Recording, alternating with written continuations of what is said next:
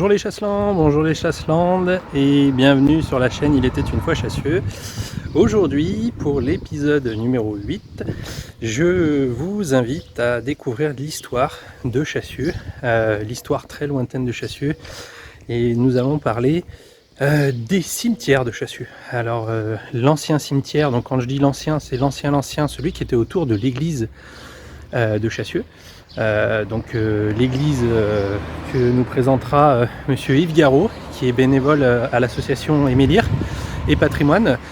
Si vous avez suivi l'épisode numéro 3, lorsque j'ai interviewé les bénévoles de l'association, on avait parlé du printemps des cimetières qui devait avoir lieu au mois de mai. Malheureusement, suite au Covid, eh bien, nous avons eu quelques petits, pas des problèmes, hein, mais il a été interdit les rassemblements, etc. Donc on avait l'espoir de le faire, on n'a pas pu le faire. Et aujourd'hui, dans cet épisode, on vous donne la possibilité de découvrir l'histoire de l'ancien cimetière. Donc voilà. Donc je vous donne rendez-vous avec monsieur Garot pour découvrir l'ancien cimetière. Et ensuite, nous nous dirigerons rue du Repos en direction de l'autre cimetière, donc l'ancien cimetière actuel et le nouveau cimetière. Bonjour Yves. Bonjour à tous. Merci d'être là aujourd'hui, hein. C'était un nouvel épisode, donc l'épisode numéro 8. Et pour cet épisode numéro 8, nous allons retracer brièvement alors l'histoire de l'église. Alors on va pas trop rentrer dans les détails de l'église, on refera un épisode parce qu'il y a énormément de choses à dire. Mais comme on en a parlé l'autre fois, donc on n'a pas pu faire le printemps des cimetières et on s'est dit tous les deux pourquoi pas faire une vidéo et expliquer l'histoire de l'ancien cimetière de Chassieux qui est autour de l'église et l'ancien cimetière du nouveau cimetière et le nouveau cimetière. Donc Yves, expliquez-nous donc rapidement l'histoire de l'église de Chassieux et puis donc après on partira sur l'histoire du cimetière. Donc l'église Saint-Galmier, alors vieille histoire puisque l'église c'est le plus vieux bâtiment de Chassieux et avec ce qu'on verra à l'intérieur une prochaine fois quand on parlera plus précisément de l'église, on verra qu'il y a les marques de tâcherons. Ces marques de tâcherons nous ont permis de dater l'église à 1195. On va pas se battre à Saint-Grand près, mais dans ces années-là que la chapelle de l'époque a été construite. On reviendra sur cette chapelle. Donc le premier cimetière de Chassieux se trouve autour de la chapelle. Voilà, et donc il est là. Dans l'ancien cimetière de Chassieux, un bout de l'ancien cimetière de Chassieux. Alors c'est plutôt au dos, et l'église était de l'autre côté. Ouais. Donc alors, l'ancienne église, c'est l'église agrandie, on va dire, hein, oui. Et l'ancienne église, donc l'entrée était de l'autre côté et elle venait dans ce sens-là. Donc elle était dans le sens est-ouest, comme la grande majorité des églises. Voilà, en général, toutes les églises et même d'autres lieux culturels sont orientés vers l'est. Lever de soleil, coucher de soleil, ouais. Voilà. Et donc la chapelle ne manquait pas cette orientation. Et par la suite, elle a été agrandie sud-nord. Elle a été agrandie et effectivement, il n'y avait pas la place de l'agrandir dans ce sens-là, puisqu'il y avait des bâtiments du côté de l'entrée et la rue qui existe toujours, qui s'appelait la montée à l'époque. Montée de l'église. Voilà, la montée de l'église, qui est la montée que l'on voit partir de la mairie. D'accord, ok. Alors le cimetière, l'ancien cimetière, donc c'est l'endroit où on est actuellement. Donc est-ce que vous avez une idée à peu près de quand il date ? À partir du moment où il y a eu une église, on a commencé à enterrer des gens autour de l'église. D'accord. Et alors on avait retrouvé, quand on a fait des fouilles pour le premier agrandissement, quelques ossements, choses comme ça. Ouais. Aujourd'hui, quand on a refait des fouilles pour la modification de la cure, qui n'est plus une cure, qui est une maison paroissiale, on n'a plus rien trouvé de traces. Donc là, actuellement, il n'y a plus rien autour de l'église. Tout a été... Ce qu'on a encore retrouvé, c'est quelques crânes à l'intérieur de l'église, mais il y a quelques prêtres ou quelques personnages qui ont été ensevelis dans l'église. D'accord. Et ce qui a été retrouvé, ça a été transféré de l'autre côté ou ça a été mis en fosse commune ? Qu'est-ce que ça... C'est devenu quoi ? Ah, bonne question. C'est une bonne question. Tout n'est pas dit dans tous les écrits de Chassieux. D'accord. Parce que les écrits de Chassieux, ils datent de 1842, avant il n'y a rien. Ouais. Les maires ne faisaient pas de registre, il n'y avait pas de délibération. Et donc, il y avait moins de suivi écrit qu'aujourd'hui. Et le maire n'avait pas beaucoup de pouvoir, il faut dire. Et c'est une toute petite commune. D'accord. Et alors, quel a été l'élément déclencheur de passer d'un cimetière autour de l'église. De quoi ça vient déjà, pourquoi est-ce qu'il y avait les corps autour des églises, et ensuite pourquoi c'est passé ailleurs. Il y a eu, je crois qu'historiquement il y a eu quelques décisions du gouvernement, enfin plusieurs faits, et le principal fait c'est la salubrité. On enterre régulièrement des corps, il y a des émanations d'odeurs, il y a un large passage. Alors pourquoi les églises enterrées autour d'elles? Parce qu'on voulait être le plus proche du cœur de l'église et le plus proche de la relique du saint qui était dans l'église. D'accord. Voilà, c'était l'idée d'être proche de ça, on s'enterre. Donc c'était très religieux. Voilà, c'était pour des raisons religieuses. L'ennui dans nos petites villes de l'époque, toutes les rues sont petites, et le seul espace qui existe, c'est le cimetière. Et malheureusement, comme c'est le seul espace, c'est là qu'on se réunit, c'est là qu'on fait les marchés, c'est là qu'on fait les fêtes. Bon, pour fêter les morts. C'est pour fêter les morts ou c'est pour être parce qu'on souhaitait être proche des anciens. C'est là aussi qu'on prenait les décisions pour la commune. Ah, d'accord. Avec le regard des anciens autour de nous. Et on était très attachés. On était un peu plus païens et un peu moins croyants. Et donc c'était le culte des ancêtres. D'où beaucoup de choses se passaient au cimetière. D'accord. Donc il restait quand même quelques petits résidus de pensée gaulois à l'époque où il y avait cette relation avec les morts. Il y a beaucoup de peuples qui ont des relations avec leurs ancêtres. Et de toute façon, le fait de vouloir inhumer, c'est protéger un peu les ancêtres et pouvoir venir les voir. Tout à fait. Voilà. Tout à fait. Et après, donc quelques années plus tard. Donc allez, on va pas faire simple. Dans les années 1750, on commence à avoir deux régions de France, la Normandie en premier, la Bretagne en suivant, où les évêques commencent à prendre des édits d'évêques pour que l'on sorte les cimetières des villes, ou au moins qu'on ne fasse plus de fêtes ou de rassemblements dans les cimetières, si ce n'est pour enterrer les morts. Pour éviter les propagations d'épidémies, etc. Tous ces faits sont remontés au roi, et le 10 mars 1776, Louis XVI prend un édit royal pour qu'effectivement on imagine sortir les cimetières des villes. Des villes. On ne parle pas des petits villages, on ne parle pas des petites... Donc vraiment les grosses villes. On parle des grosses villes, on parle de Bordeaux, on parle de Lyon, Paris. De Paris. Et effectivement on retrouve des écrits de l'abbé de la Croix sur Lyon, qui fait tout un recueil pour imaginer comment on va pouvoir sortir. Voilà. C'est tout un tas de tendances qu'il écrit, mais qui n'ont pas bougé. Ça n'a pas servi puisque après il y a eu un gros élément déclencheur qui est la Révolution. La Révolution, gros élément déclencheur, où on parle déjà de la séparation de l'Église et de l'État, même s'il n'est pas immédiate. Elle sera faite. C'était dans les tiroirs. C'était dans les tiroirs de la Révolution, ça n'a pas été fait parce que la Révolution avait d'autres chats fouettés dans un premier temps. Et tête à couper. Voilà, et malheureusement, de tête à couper entre eux. Voilà. Bon, donc c'était un peu compliqué. Donc fin 18e, et après on attaque le deuxième décret important, c'est un décret napoléonien, c'est aussi un décret impérial de 1804, qui impose aux villes de sortir les cimetières, et donne comme exemple le cimetière du Père-Lachaise à Paris, qui est la façon de faire. Voilà. Bon, je ne vais pas rentrer dans tout le détail de ce qui est dit dans ces décrets, c'est un peu compliqué, il faudrait être au nord des villes, en hauteur, pour être au vent. Oui, tout à fait. Les odeurs, etc. De salubrité, etc. Et il est demandé à ce qu'on soit à minimum 150 mètres des murs des enceintes de ville. D'accord.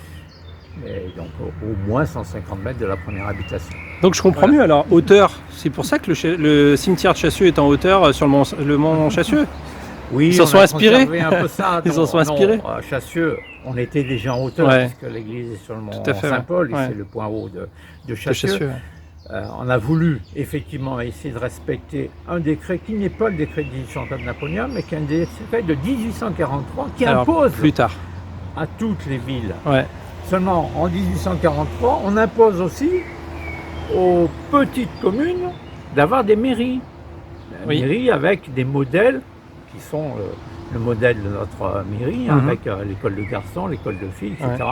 Donc à partir de 1844, on voit arriver ces églises, ces mairies, et donc on attend encore un peu pour déplacer le cimetière. On ne peut pas, dans les petites villes, tout faire en même temps. Le décret quand même dit qu'on peut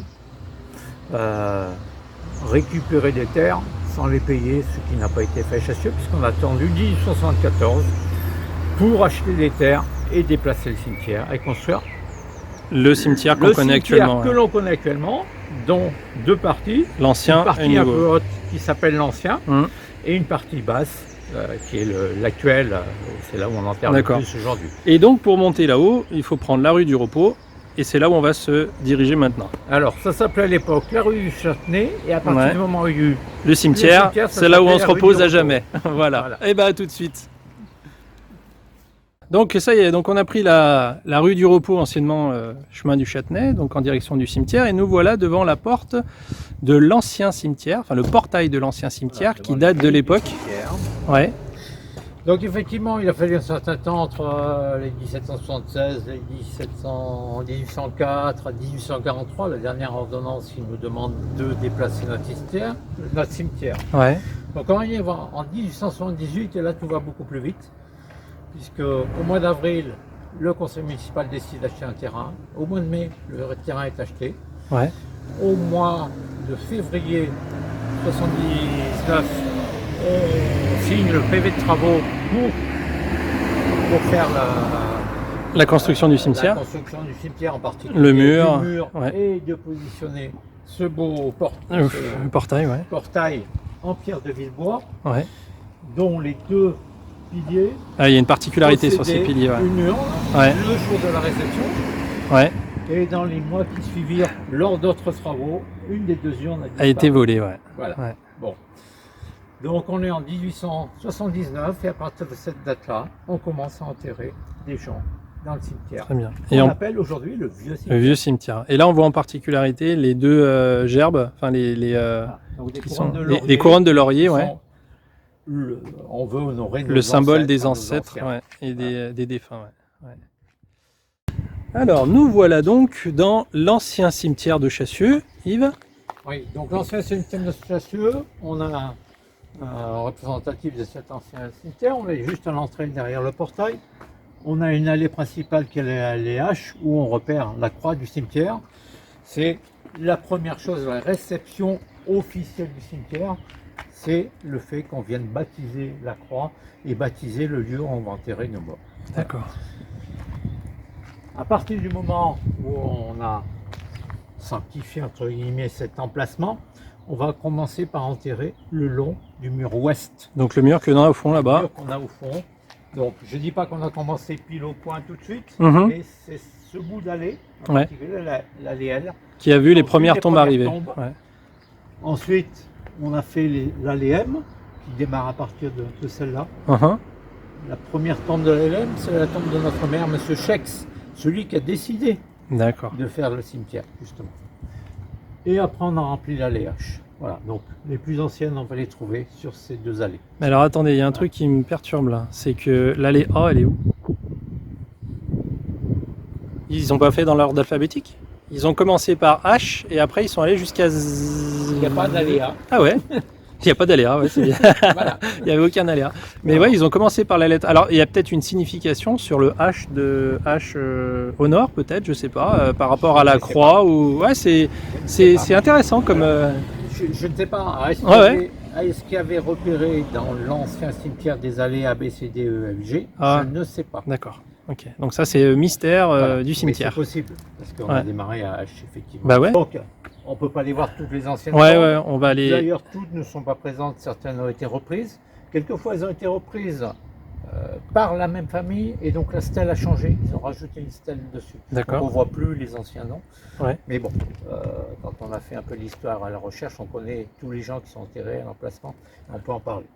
On va essayer d'aller voir une tombe peu représentative au bout de l'allée H qui représente ce cimetière, mais on va nous permettre de parler de l'ancien aussi. Eh ben on y va.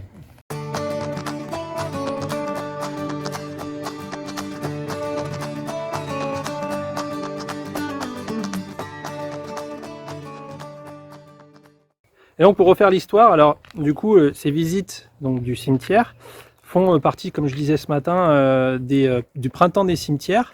Et vous m'expliquez donc que Rhône-Alpes est précurseur sur les printemps du cimetière qui est en train de se développer sur toute la France. Donc la Fédération Oralpine du patrimoine a effectivement lancé il y a 6 ans maintenant l'idée de visiter et de repérer en particulier notre patrimoine funéraire. Patrimoine funéraire, ça veut dire aussi bien des tombes remarquables par les ornements ou les symboles que représentent ces tombes que par les personnages qui y sont enterrés. Voilà. Donc ça fait 6 ans que le patrimoine fait ça. Officiellement. Officiellement. Mais 11 ans. Et on ouvre ça à l'ensemble du territoire aujourd'hui et les gens viennent s'associer à nous et apparaître sur notre site internet. Sur notre internet, ouais. Avec des villes comme Saint-Malo, Rennes ou Paris qui participent au printemps des cimetières sous l'égide du patrimoine. Et donc c'est officiellement depuis 6 ans, mais vous, ça fait 11 ans que vous le faites. Voilà, donc nous, ça fait la 11e visite qu'on faisait cette année, ouais. Sans compter les visites que nous faisons avant, en parallèle, en parallèle avec les mairies pour fleurir les tombes des mères juste avant. Célébrer les combien, 23, 24 mères, vous m'avez dit 14, oula, 14 mères. Pas mal sur les 26. Voilà, c'est sur les 26 mères, il y en a 14 qui sont inhumées dans le cimetière de Chassieux. Et donc, pour revenir à la plus ancienne tombe de pas la plus ancienne. J'ai dit c'est la tombe qui renferme la personne qui est décédée. Ah oui, donc qui est décédée la première dans le temps. Ok. Voilà. C'est-à-dire que cette tombe a 6 personnes. Ouais. Alors, effectivement, c'est difficile de lire le nom des personnages. Alors c'est Larama et Tisserand. Ouais. Alors, vous trouverez ça par ailleurs sur Généanet. Oui. Puisque, avec l'équipe d'Emilire, nous photographions les tombes, nous essayons de savoir, nous déchiffrons ces tombes. Mais quelquefois, nous les avons déchiffrées à un moment où c'était lisible. C'était peut-être plus tellement lisible. Plus trop le cas avec le temps, l'usure. Et nous savons exactement qui est enterré. Et vous trouverez sur Généanet et je crois que... Ah oui, donc le travail dont vous parlez, donc sur le site Généanet, il y a possibilité de voir les tombes les unes après les autres. Donc le travail que vous avez fait, vous et les bénévoles d'Emilire, et je mettrai le lien sur la vidéo, sous la vidéo, et pour ceux qui sont intéressés par l'histoire des tombes de Chassieux, je vous mettrai le lien. Vous verrez de temps en temps des tombes qui sont en bon état, par rapport à des tombes qui sont en état très fatigué. Qui est juste à côté de celle de César Chex là-bas, où tout s'est écroulé, on ne voit plus du tout les inscriptions sur la colonne. Et par rapport au registre et au lieu de la tombe, on arrive à savoir qui c'est dans les archives de la ville? Vous savez qui c'est, d'accord. Ok. Très bien. Donc là, il y a 6 personnes enterrées et il y en a 2, on arrive assez facilement à lire leur nom. Je sais pas c'est ce que je dis. Alors de loin, je le vois, mais de près, c'est mieux. Larama et Tisserand. Donc Joseph Larama. Il y a Joseph Larama, voilà, et Marie Tisserand. Joseph Larama est né le 2 Ventose de l'an 6. C'est pas marqué sur le... Alors c'est l'ancien calendrier, ça. C'est l'ancien calendrier. Voilà. Le 20 février 1798. Pour ceux qui ne parleraient pas républicain. Calendrier républicain, c'est ça. À Chassieux, il avait épousé en première noces Louis-Marie Tisserand, qui n'est pas la personne qui est à côté de lui sur le cœur, puisque c'est sa deuxième épouse, qui est aussi une Tisserand. Voilà. Ah ouais, donc il y a une sacrée histoire familiale là. Voilà. Donc à côté, dans la tombe, on va trouver 4 autres personnes, dont Jean Tisserand et Marie Augier. Rien à voir, Tisserand avec Romain Tisserand qui a été maire de Chassieux, on est bien d'accord, c'est une autre famille. On n'est pas en lien avec... Il n'y a pas de lien. Et donc là, on a cette tombe-là. Dans cette tombe-là, alors là c'est très difficile. Et Marie Augier, décédée en 1837. D'accord. Donc comme on a occupé ce cimetière à partir de 1879, il a fallu attendre le décès de Marie Tisserand en 95 pour qu'on ramène son époux, les corps, et qu'on ramène ses parents avec elle. Les dépouilles et qu'elles soient réunies toutes ici. Donc, son papa était un soldat napoléon qui a fait la guerre d'Espagne avec Napoléon en 1814. Et sa maman, alors ce papa est décédé en 1865, donc juste avant l'ouverture du cimetière, alors que sa maman était décédée en 1837. D'accord. Donc entre la décision napoléonienne de 1804 et la décision locale de Chassieux, il s'est passé pratiquement un siècle, 100 ans. Voilà, il s'est passé un siècle après Napoléon, mais il s'est passé un peu moins, puisque c'est en 1843 que ça nous a été réellement imposé. Le temps que les informations arrivent et qu'ils soient mises en place, et il a etc. fallu un certain temps, puisqu'on a construit la mairie avant. Et pourquoi je parle de construction de la mairie? Parce que M. Joseph Larama, qui est présenté ici, qui est décédé en 1954, c'était sa ferme qui était à l'emplacement de la mairie actuelle. La mairie actuelle était Voilà. la ferme Larama. La Ouais. ferme, et la mairie date de 1870. Donc ce monsieur était mort, mais Ouais. c'était à l'emplacement de sa ferme. D'accord. Ok. Voilà. 14 maires enterrés ici. Ouais. Le plus ancien, le premier de nos maires enterré ici, c'est le 6e de nos maires en réalité, mais c'est le premier enterré ici. C'est Jacques Fourier, Jacques Fourier. voilà, qui a dû avoir sa période de maire de tête, hein, de 1840 à 1860 à peu près. Ouais. Puisqu'en 1842, quand il prend la place, c'est lui qui met en place tous les registres de mairie, les cahiers d'enregistrement, etc. Donc tout ce qu'on Qui retrouve n'existait dans pas les avant. archives, ouais. Donc, ça Tout partait écrit de à la monsieur. main. Avant, Ouais. il n'y avait rien. Et là, on voit que Chassieux, il y a un X. Et pour la petite parenthèse, ce que je disais, parce que là, je le vois, c'est que moi, je suis né 100 ans après, 1881-1981. Donc effectivement, on va retrouver ses enfants à côté, sa fille va épouser le futur maire, Barge, etc. Ah, d'accord. Ils sont pas très loin, il y a d'autres maires enterrés. Ok. juste autour. Voilà. D'accord. Alors, je vois qu'il y a une tombe avec le nom de Paraillon. Et Paraillon, c'est un nom qui me parle parce que dans le livre de Chassieux, le premier livre en noir et blanc, il y a une partie qui parle d'eux, notamment sur l'histoire de la maison des Tourelles au chemin de la Grange.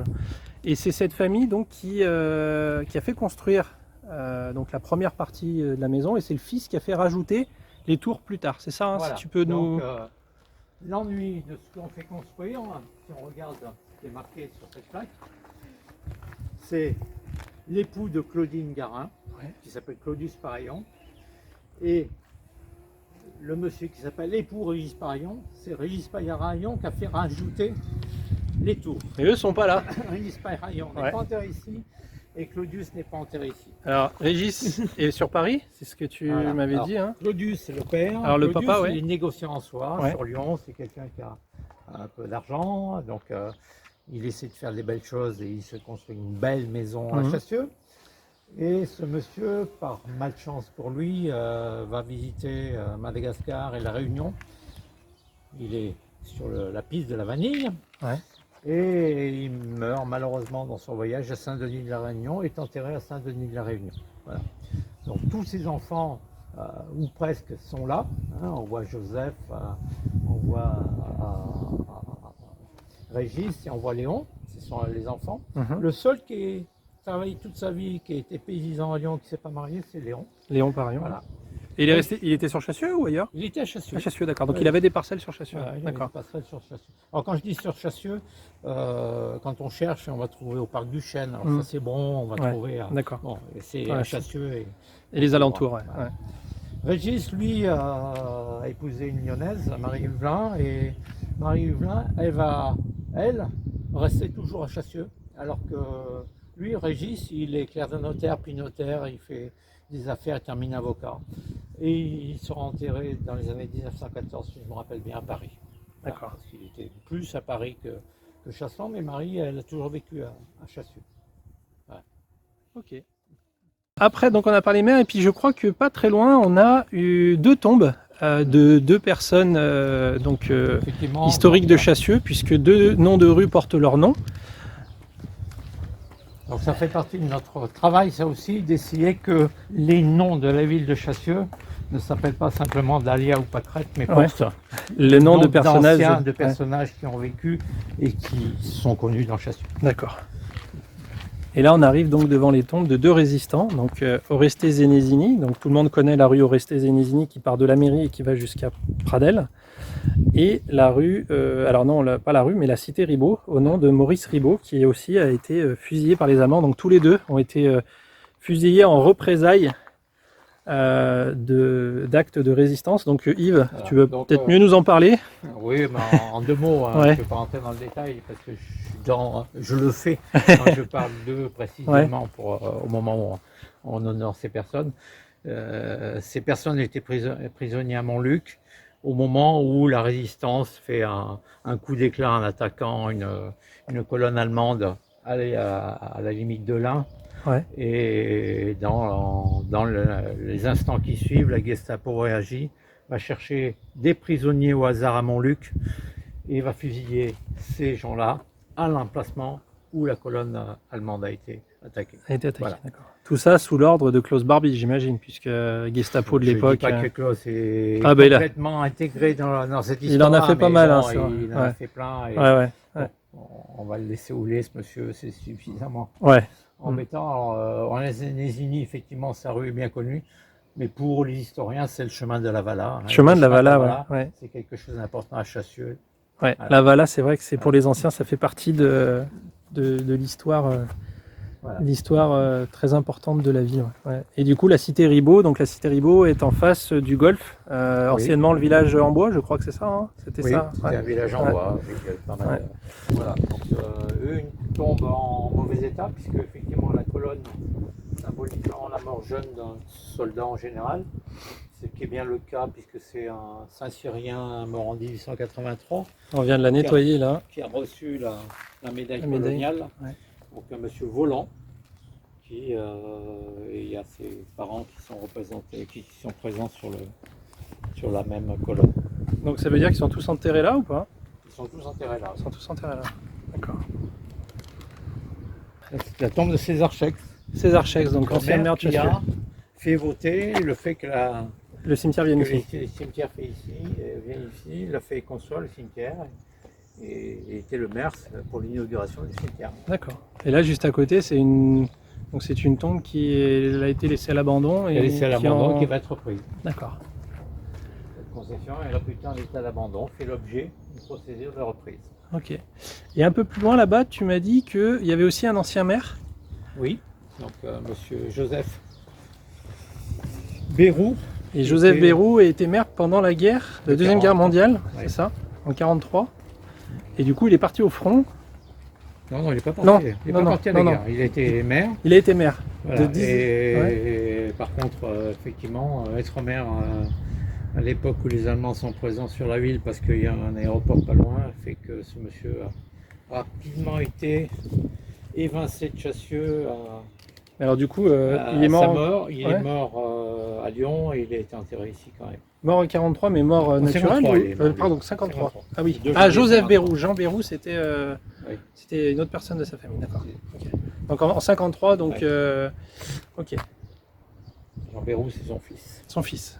D'accord. Et donc là, vu l'ancienneté de la tombe, donc cette plaque qui était là-haut, Oui. et vu que les anciens maires sont mis à l'honneur dans ce cimetière, la plaque a été regravée, hein, c'est ça hein? Non. Ah non, c'est la famille qui a... La famille qui a était souhaité... présente avant l'enterrement de ceux-là.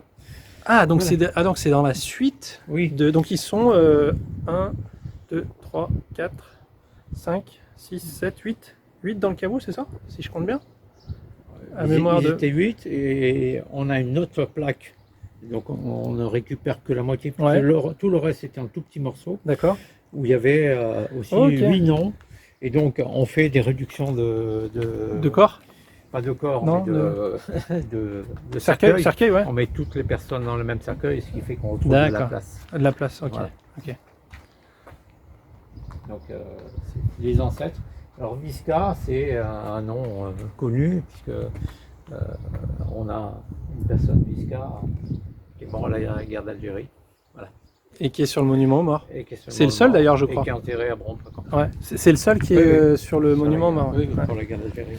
Et là, on voit encore des vieilles tombes. Donc, alors, là, il y a un trou, donc il n'y a plus personne. Donc ça, c'est des personnes Ray, récentes. la famille Ray, c'est par rapport à la villa Ray qui est... Non, rien à voir. C'est là-bas. Ils sont là-bas, d'accord. Et là, on a Besnay, famille Besnay, 1893. Donc Oui, ça serait dans la période où... C'est dans les 14 ans, 15 ans qu'on suivi l'ouverture du cimetière. On est sur la première allée occupée. On a dû commencer par le milieu et descendre vers là. D'accord. Et puis après, on est reparti dans l'autre sens. Et on a réussi Pour à prendre la s'étaler sur les autres allées. Ouais. Et après, on a rempli l'intérieur. Ok, très bien. Alors ici aussi, là, il y a j'ai vu qu'il y avait la tombe Vachon, famille Vachon, donc je présume que c'est la famille du café Vachon. Voilà, donc aujourd'hui, le Chasselan. Donc on passe le bonjour à nos amis du Chasselan. Et un peu plus loin, donc on a les tombes Cousin James. Alors celle-là, il y a une particularité avec pas mal de mouvements à l'international, si je crois. Voilà. Donc Cousin James. Alors, effectivement, on a parlé un peu d'art funéraire, hein, donc on voit des choses aussi là-dessus. Hein, La couronne, ouais. Des croix pâtées Ouais. en haut, donc vous voyez qu'il y a des embouts à la Arrondi, croix. ouais. On voit des pensées. Ouais. Les pensées, c'est des fleurs qui ont 4 pétales ou 5 pétales. Ça D'accord. représente le corps humain ou ça Ouais. représente la croix, voilà, c'est un peu ça. Une couronne d'immortel, La couronne qu'on retrouve sur le portail ça d'entrée. c'est une hein. couronne d'immortel. Ah, c'est pas la même. Non, c'est des lauriers là-bas. Ah, Là, laurier et couronne Là, d'immortel, c'est d'accord. des immortels. Ok. L'immortalité, Ah oui, exact. c'est la croyance des chrétiens, Ouais. qu'il y a D'accord. une vie après la mort avec Tout à fait. le ruban qui s'envole, l'espoir. Voilà. Ok. Donc voilà, notre façon de travailler, de temps en temps, on présente voilà, un peu l'art Le funéraire. côté Et artistique dans les de la années chose. 1870 à 1930, il y avait beaucoup de symboles qui Ouais. étaient mis. Depuis, les tombes sont beaucoup plus simples. Ouais. Quand on regarde Ah ouais. les tombes comme à côté, c'est beaucoup plus simple. Donc pourquoi Lucie Cousin James, on s'intéresse à elle? Parce qu'elle est enterrée ici, donc elle apparaît ici, mais avec le vocable né à Saint-Pétersbourg. Ah, c'est pas la Voilà. porte à côté, ça. Hein. Donc Saint-Pétersbourg, oui, c'est pas du tout à côté, c'est sur la Baltique. Ouais. Hein. Donc, son papa, Cousin James, lui, il s'en va. Il part de Il s'en Chassieux. va de Chassieux avec son métier de teinturier. Donc, il s'occupe du linge, soit du nettoyage, soit de la teinture du linge. Il a un frère qui est teinturier avenue de Saxe-à-Lyon aussi. D'accord. Et lui, il part à Paris. Il rencontre des gens qui lui donnent des adresses. Il va se retrouver du côté de Berlin, parce que on a des cousins qui s'appellent les Coponats et ont été installés à Berlin. Ouais. Il va rencontrer une berlinoise et se marier. Et il va s'installer à Saint-Pétersbourg, où il va s'occuper du pressing, entre guillemets, des pressings de nos Des tsars, tsaristes, ouais. les derniers tsars des Russies, Ouais. la famille Romanov, hein, Ouais. Nicolas II, Nicolas III Nicolas, en particulier. Voilà. Donc, ce monsieur Cousin James a une fille qui s'appelle Lucie, qui viendra faire un tour chez des cousins du côté de Chénas, dans le Rhône. Et malheureusement, elle prend un malaise et décède. À 17 On est ans. en 1884, elle a Ouais. 17 ans. Ouais. Donc elle est née à l'autre bout du monde quasiment, alors que ses parents sont nés ici. Elle vient de décéder proche de ses ancêtres. Ses ancêtres les ramènent. On trouve d'ailleurs juste en face. Juste en de face, Cousin ouais. James. Ouais. Et elles sont enterrées, voilà. En face de la famille, ouais. Et là, ce qui est quand même marquant, c'est que c'est Cousin James aussi, mais avec un Z, et c'était à l'époque des retranscriptions de gens qui écrivaient au son et non à l'alphabet, hein, c'est ça. Hein. Donc on va retrouver en bas de cette tombe un Claudius Palandre qui a épousé une Berlioz. Ouais. Et le fils est enterré avec Lucie en face. En face. Donc Jeanne Palandre. Jeanne Palandre. Très bien. Et à côté, donc, la famille de Gridin. Voilà, on a une famille un peu particulière, puisque à côté du nom de Basile de Gridin, lui aussi né à Saint-Pétersbourg, Ouais. on trouve une croix orthodoxe. Ouais, avec les 3 barres, Voilà, donc, 2 parallèles et une oblique. avec une verticale qui représente la croix, Ouais. une grande barre latérale, c'est ça la croix de base qui est la croix romaine, Ouais. parce que la croix romaine, Où a été. la verticale est plus haute, alors Oui. que dans les croix grecques, elles sont de même longueur. D'accord. Voilà. Donc au-dessus de la tête du Christ, il y avait un petit panneau sur lequel il y avait marqué INRI. Mhm. Quand on regarde le panneau, il y a marqué tant INRI, tant il y a marqué autre chose. Bon, Ouais. c'est pas grave. Il y avait le nom de la personne qu'on mettait en croix. Et il y avait en dessous, pour poser les pieds, un repose-pied. Et le repose-pied, selon les orthodoxes, si on est orthodoxe russe, la croix penche vers À droite. le côté où il y a un larron, puisqu'il Ouais. il a été mis en croix avec 2 larrons, 2 brillants Mhm. de l'époque, et un dit bon larron, qui était la personne avec qui il a discuté sur la croix, avec la personne qui Avouer lui a fait ses péchés. avouer ses péchés Ouais. avant de mourir. Voilà. D'accord. Donc le bon larron, on va le retrouver souvent dans des, dans des églises sur des vitraux, puisque c'est la personne qui a rejoint le Christ, semblerait, D'accord. après. Et alors, du coup, Basile de Gridin est né à Saint-Pétersbourg. Oui. Comment il a atterri à Chassieux? Donc Basile de Gridin, c'était un russe blanc, un militaire, plus attaché au tsar qu'à la Révolution. Il a réussi à passer au travers de la Révolution et s'est retrouvé dans la guerre de 40. Il a profité de la guerre de 40 pour s'évader de Russie, et de venir en Europe. qui était devenue l'URSS, ou qui allait être incessamment sous l'URSS, pour venir en Europe. Et un peu par hasard, il est arrivé ici. Il a fait la connaissance, une partie de sa vie ici. Il a épousé Marie-Louise Dupuis, ouais. Et il est décédé à Chassieux. Il est enterré à Chassieux. D'accord. On trouve d'autres personnages un peu du même style, même histoire, la même histoire. Ouais. Il y en a d'autres un peu derrière. Ouais. Alors du coup, là, je vois à travers, derrière, on a la tombe de la famille Ribot. Et Oui. on a Maurice Ribot, donc qu'on a vu précédemment. Et là, on a un autre Maurice Ribot. Alors non, on n'a pas un autre puisque c'est le même. Mais on a aussi Maurice Ribot. Donc on a deux tombes Ribot, effectivement. Il y a la tombe de la famille Ribot. Qui malheureusement pour les parents sont décédés plus tard, beaucoup plus tard que leur fils. 22 ans pour la maman, c'est ça, et un peu moins de 20 ans pour 17 ans pour le papa. 17 ans pour le papa. Voilà. Donc les parents sont décédés plus tard et donc le corps de Maurice Ribot repose avec ses parents. Avec les parents, d'accord. Donc là-bas, c'est juste en mémoire, en honneur de Maurice Ribot. En mémoire de Maurice Ribot. Et là, ce qui arrive souvent quand on regarde les tombes des anciens, des militaires, les militaires de la guerre 14 par exemple, il y a marqué en mémoire de. Oui. On n'a pas toujours fait ramener le corps. D'accord. On n'a pas toujours retrouvé le corps non plus. Aussi, ouais. Et dans ce cimetière, c'est le seul qui a deux tombes à son nom ou il y en a d'autres? Delage, c'est pareil. Auguste Delage, Auguste Ernest Delage, qui est aussi un résistant qui a été. Delage, c'est pas obligatoirement. Ah non, c'était pas un résistant. Il était dans son jardin, il a pris une balle des Allemands. Quelqu'un qui habite en région parisienne, qui est venu à Chassieux un peu par hasard. Il était dans son jardin et les Waffen-SS, en quittant Chassieux séparément les lieux, eh ben, lui ont tiré dessus dans son jardin. Alors qu'il avait rien demandé. On lit l'acte qui a été écrit par les gendarmes pour. Il ne faisait pas de geste particulier, il ne faisait pas de bras d'honneur, il s'occupait de son jardin. Pourquoi on lui a tiré dessus? Mystère. Mystère. Voilà. Ça, on ne le saura jamais. Voilà. On ne saura jamais pourquoi. À côté, on a une tombe, donc le nom me parle beaucoup puisque c'est le nom de Paillé-Latour, et la famille Paillé-Latour, c'est une très vieille famille de Chassieux aussi. Et comme je suis président du Sous des Écoles, j'ai fait beaucoup de recherches aussi sur le Sous des Écoles. Et le nom de Louis Paillé-Latour est cité dans les tout premiers documents du Sous des Écoles. Donc je sais que Fleur, elle regarde Fleur Paillé-Latour, qui est une petite fille Paillé-Latour. Donc voilà.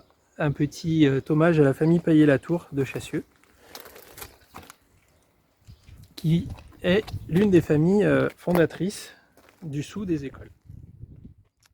Alors en termes d'art funéraire, Yves, tu m'as dit qu'il y avait des tombes qui étaient très travaillées, et là on se retrouve en face de deux tombes. Oui. Alors celle-ci avec la pleureuse, hein, c'est ça? Oui. Avec le rosier. Et une dame agenouillée au pied de la croix. Au pied de la croix, ouais. Un rosier qui pousse au pied de la croix. C'est le recueil de l'épouse éplorée, entre guillemets. D'accord. Voilà, c'est la famille Rollin. Et un peu plus loin, l'abbé. Aussi une dame éplorée.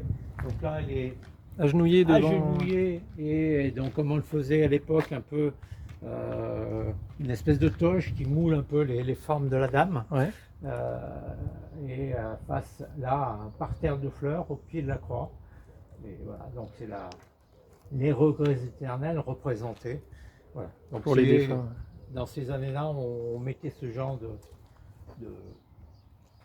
sculpture sur les tombes.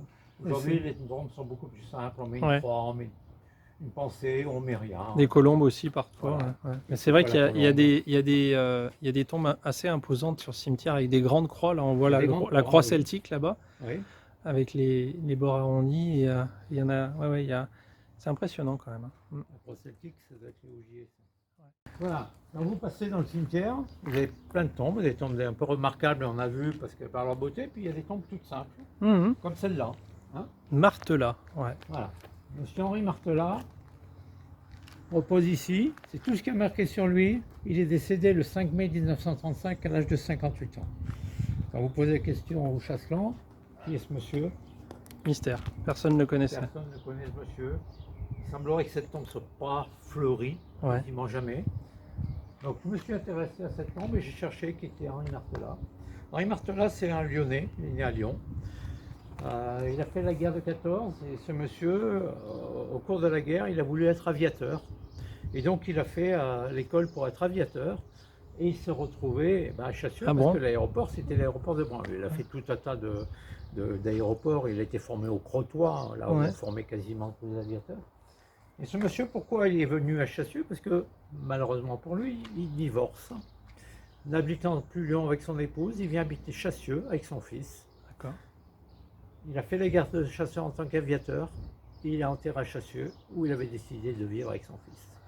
D'accord. Voilà. Ah oui, dans la simplicité. Une tombe qui n'est pas remarquable. Mais avec Toutes une histoire. Les tombes ont quelque chose à dire. Oui, avec une histoire particulière. Voilà. Ouais, tout à fait. Ouais. Et les tombes gardent aussi leurs secrets.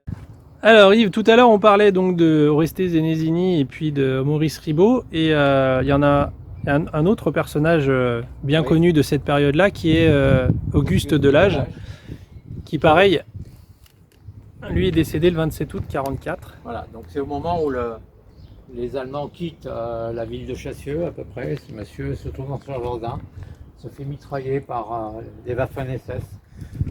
Et on ne sait pas pourquoi, il n'a pas fait de geste, il n'a pas été impoli, il n'a pas crié. La recherche faite par la gendarmerie pour comprendre son décès n'explique rien. Rien du tout. La boulangère ou le facteur présent et qui ont rapporté les faits, ils se demandent pourquoi on a tiré sur ce monsieur. Gratuitement. Voilà, gratuitement. Comme l'ont fait les Waffen-SS dans certains villages. Par chance pour Chassieux, Maurice Delage n'a pas eu cette chance, mais Chassieux, c'est pas passé grand-chose. Alors qu'il y a tout un tas de villes qui ont été complètement rasées par les Allemands quand ils partaient. Bon. Donc c'est vrai que Chassieux était occupé par les Allemands parce qu'il y avait l'aérodrome pas très loin. Voilà. Alors là, on se trouve donc dans l'ancien cimetière, donc la partie haute. Et pour passer dans le nouveau cimetière, il a fallu déplacer une tombe. Une grande tombe, et donc qui a été transférée un peu plus bas à la rotonde. Voilà. Donc cette grande tombe, c'est la tombe d'un de nos anciens maires, M. Berlioz. Berlioz, d'accord. On a replacé là-bas. Donc on va se rendre là-bas et on va parler un peu du cimetière. Eh ben allez. Alors regarde, on passe juste à côté de la tombe des arrière-grands-parents de mes enfants. Donc quand je vous disais famille Charpie, voilà. Les arrière-grands-parents de mes enfants, disparus en 2000 et 2003. Alors nous voilà arrivés devant la tombe d'un ancien maire de Chassieux, Benoît Berlioz, donc le nom de la rue, l'impasse que je connais bien, ça me parle, Benoît Berlioz, maire de 88 à 1902. Tout à fait, et donc il est né en 37 et décédé en 1915, donc 13 ans après. Oulala. Donc effectivement, nous sommes à peu près au milieu du nouveau cimetière. Donc 245 concessions sur la partie nord. Il était prévu pour 750, mais je ne sais plus aujourd'hui à combien on en est, mais on a dépassé ce chiffre, puisque toute cette partie basse n'était pas dans les 750 que je compte. Donc on a plutôt... Là-haut, vers l'ancien cimetière, c'est 750 concessions. Voilà. Donc, on trouve 3 de nos anciens maires sur la partie basse. Donc, M. Berlioz, M. Rieux-Pierrot un peu plus par là. Rieux-Pierrot. M. Paoli un peu par là-bas. M. Paoli, donc, qui est plus bas là-bas. Voilà. Et alors, du coup, la toute première tombe qui a été installée dans cette partie-là, elle est à quel endroit? Je ne suis pas sûr, mais elle est plus haut. C'est le long de l'ancien cimetière, c'est la première allée. La première allée en haut, ouais. Voilà, D'accord. c'est dû être la première, Ok. et puis ceux qui descendent. Ouais, logiquement, ouais. Ils n'allaient pas Voilà. commencer par en bas pour remplir La en haut. rotonde a été faite un peu après. Alors c'est ça que vous appelez la C'est rotonde. ça qu'on appelle la rotonde. Ouais. Le rond-point, En rond, il n'y a, rond-point, pas ouais. de Ouais, ouais. bruit, il n'y a rien. Ouais, ouais. Mais c'est la rotonde, c'est ça. D'accord. Et c'est à partir de ce nouveau cimetière qu'on a commencé à ne plus inhumer, mais recueillir des cendres. Donc on a des... Et bien voilà, les Chasselands, merci Yves pour cette visite Bah, de rien, c'était un plaisir vraiment pour moi. très intéressante. Ça faisait un moment que je voulais la faire en fait, Oui. parce que je sais que vous avez énormément travaillé sur l'histoire du cimetière, des cimetières de Chassieux, de l'église. Donc on se reverra très bientôt hein, pour reparler de l'histoire de Chassieux, parce qu'il y a énormément de choses à dire aussi.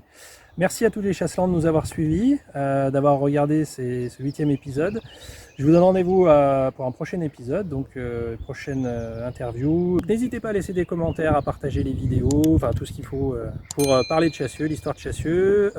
N'hésitez pas aussi à vous rapprocher de l'association Émélire et Patrimoine, parce qu'à partir de la rentrée, on va avoir droit à des nouvelles AG, à de nouvelles réunions, des nouveaux colloques. Oui. Donc profitez-en pour prendre contact avec eux. Si vous voulez nous voir de visu, Ouais. nous sommes au Caravan Théâtre en salle 3 et 4 tous les jeudis à 14h. De 14h à 17h, c'est l'équipe d'histoire locale qui travaille Et voilà. à cet endroit. Et voilà. Et ça sera reporté aussi à partir de la rentrée le jeudi aussi. Totalement. Et ben voilà. On Donc continue. si vous êtes intéressé pour les rencontrer, discuter, échanger sur Chassieux, le jeudi au Caravane. Merci à tout le monde, à bientôt et pour de nouvelles aventures. Merci à tous. Au revoir. Au revoir. Les Chasselands.